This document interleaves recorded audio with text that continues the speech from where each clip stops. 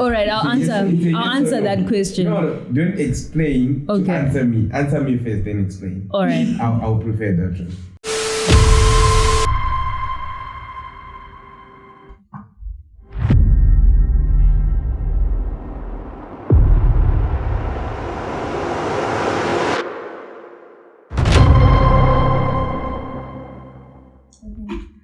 Hi guys, welcome back to Elevate and Shine podcast. We are back again.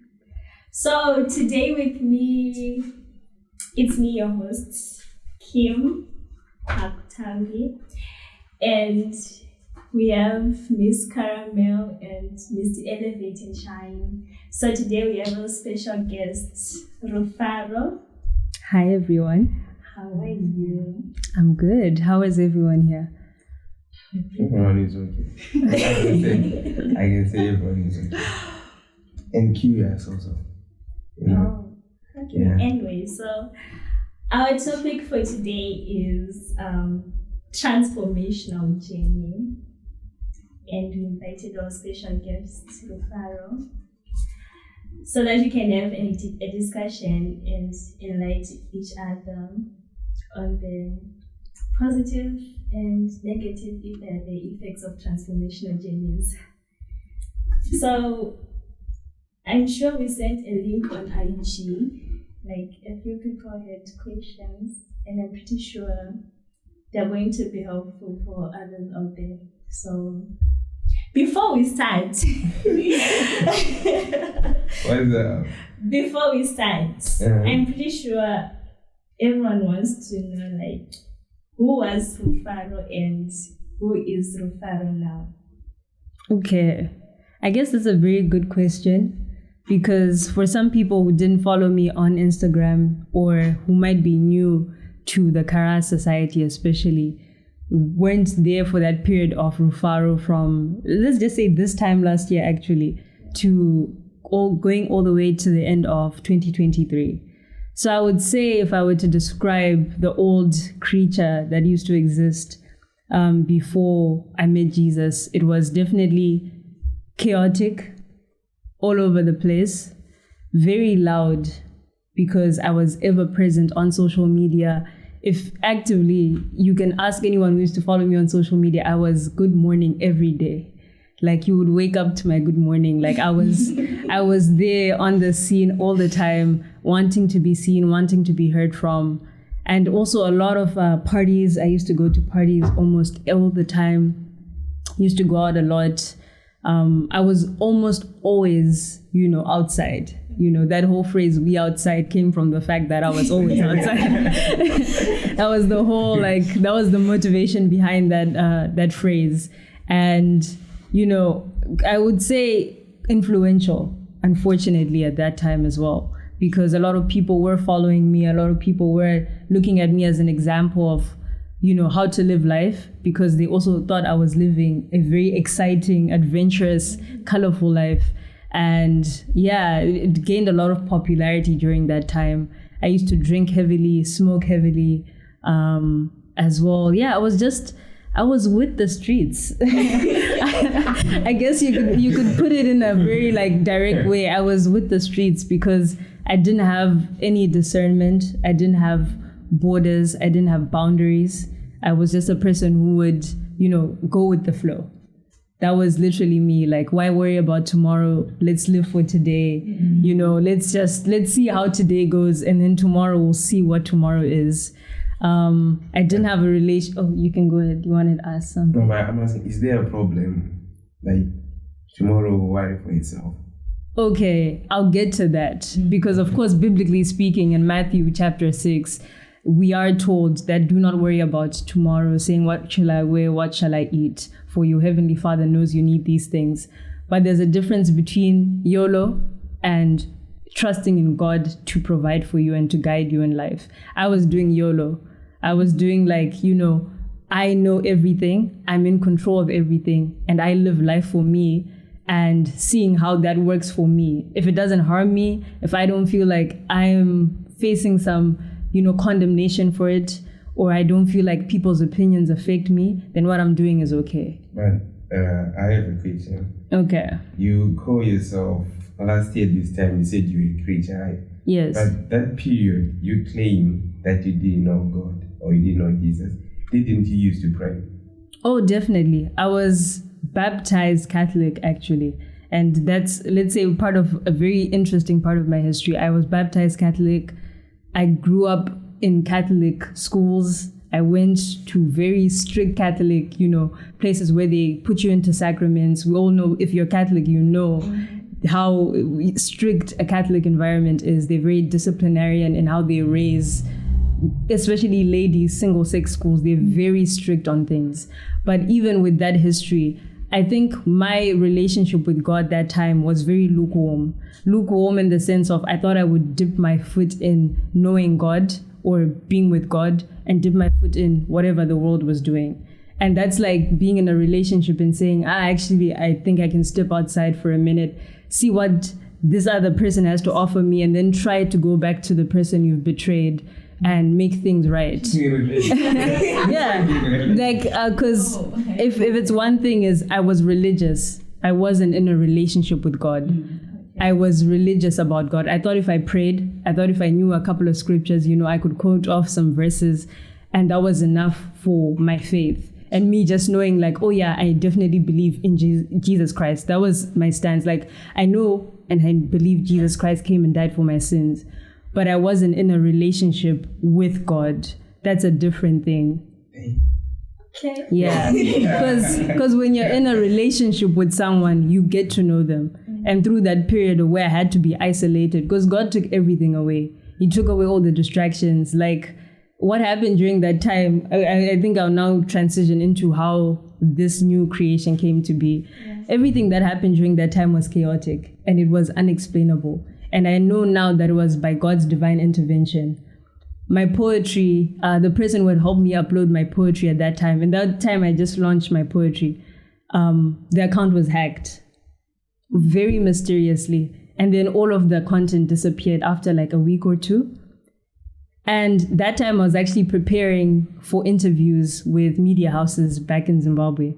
And, I was getting the things rolling. I was like, yes, this is finally the chance, you get excited for things like fame, because in this world that we're living in, fame is very like amplified. Like if you're famous, you've made it. So then, they're calling me and they're like, oh yeah, we're ready to do the interviews. And I'm trying to explain to them, the poetry is not there anymore. So therefore, if you do an interview, it's kind of like the poetry is not available. So you have no reference links to give people. So you have to wait until it's re-uploaded. Yeah, that never happened. God was like, yeah, you're on pause. So everything went. My neighbor moved out from downstairs. If anyone tried to move in, they would not stay a week. Yeah. They would move out. So was there anything bad with the poems though? The poems were not bad, but you have to understand, when you learn or do something from a place of pain, you project that. So a lot of people don't understand anything is spiritual. The energy I was putting, I think I even touched on this in my last live last weekend, to say everything you do is spiritual. Music, work, art, anything you do that you put your effort into has your spirit involved. So if I am sad and I'm in pain and I go and I write a poem, what you're going to listen to is a spirit of heaviness. After you listen to that poem, there's nothing uplifting that you're going to feel. Those people who listen to my poetry at that time will tell you the same, because everyone who would come to me would say something like, oh, I felt like you really felt my pain, which is not a compliment. It's not. And as much as people, as much as people, you really feel my pain, I can really relate. And it's like, and now that I'm on the other side of it, I'm like, I don't want anyone to relate to pain. I want people to relate to joy. Why would I intentionally want someone like feel good that someone is also in the same pain as me? Because that just tells where we are as a society. It means we're all in a place of pain.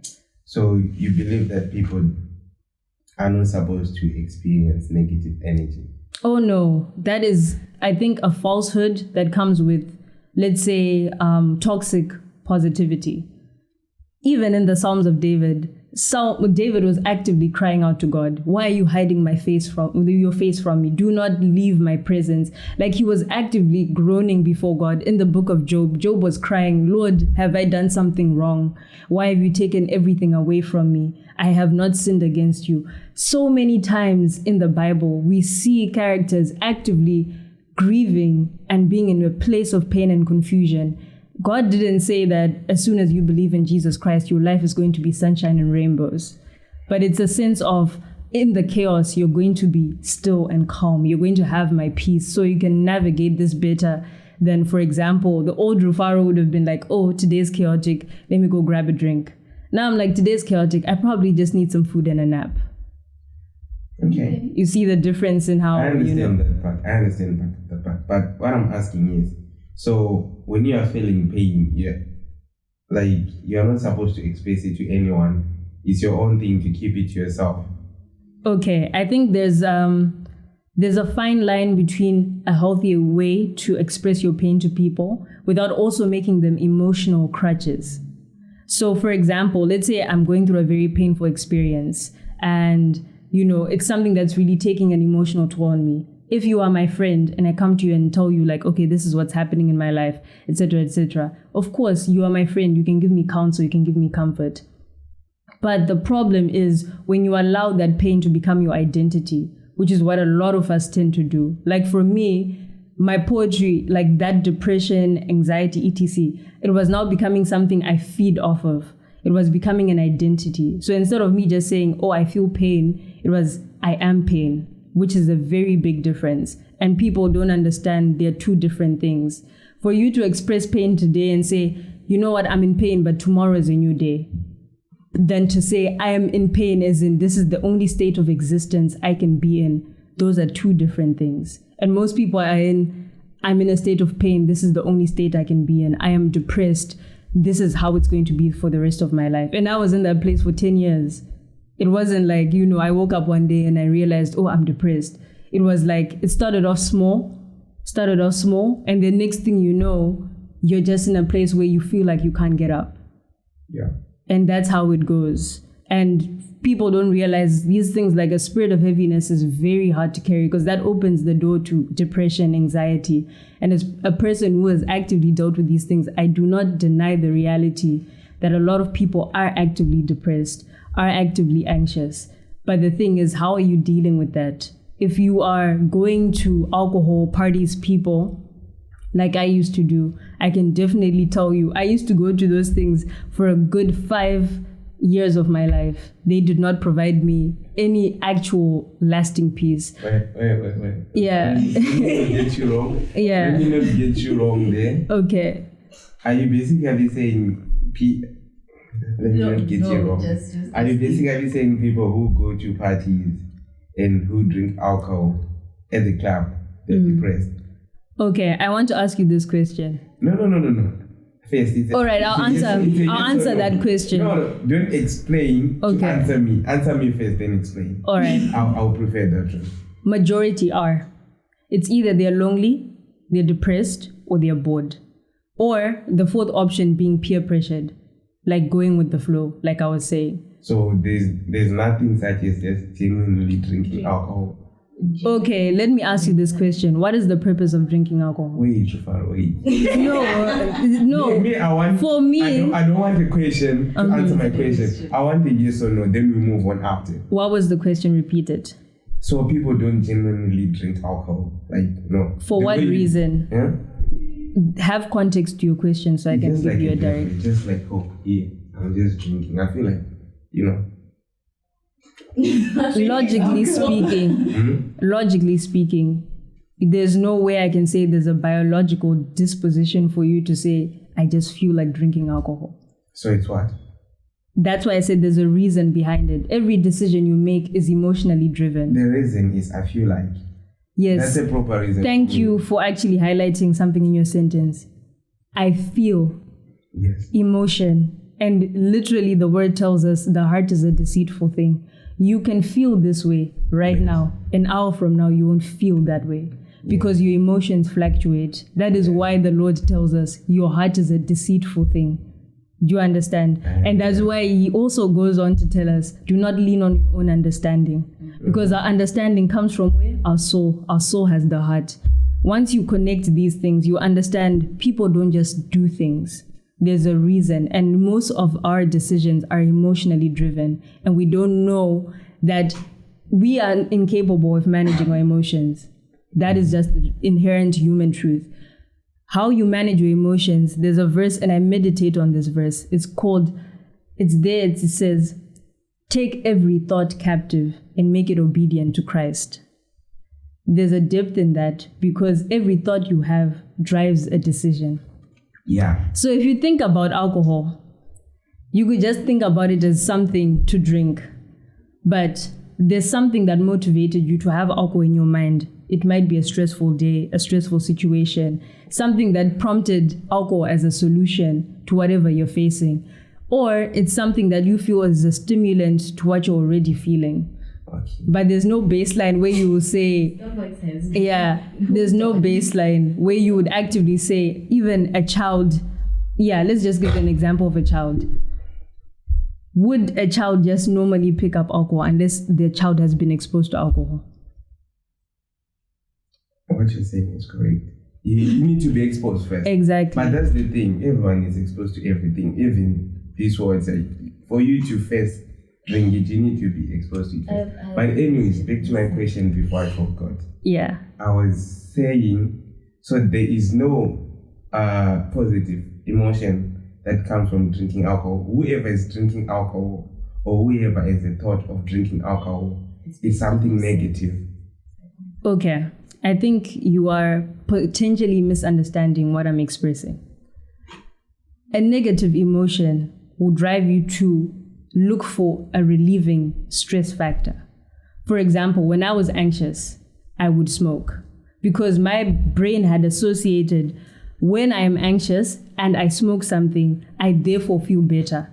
My mind has made a neural pathway. It has made a connection, an emotional connection to something. It's just like people who comfort eat. They know if I eat this pie after I feel this way, I feel better. And that's how they end up continuously eating the same food. So the same thing happens with alcohol. You experience a negative emotion or something you want to avoid. Let me tell you this. There is no positive reaction, that positive emotion that feeds into drinking alcohol itself. I will tell you this because the effect that alcohol has on your body generally, and even I won't even touch on the spiritual side of alcohol itself because alcohol is a spirit. If you know the Hebrew word akhu, it's a devouring spirit. So it's literally not something that you can say you're taking so you can feel better or I'm happy so therefore I should have alcohol. It's a stimulant. It doesn't change or fluctuate your emotion. If you're happy, you're already happy. Alcohol is not going to add on or take away from that. If you are sad, you're going to temporarily have a stimulant that will make you feel better, but tomorrow you're going to go back to the default emotion. Personally,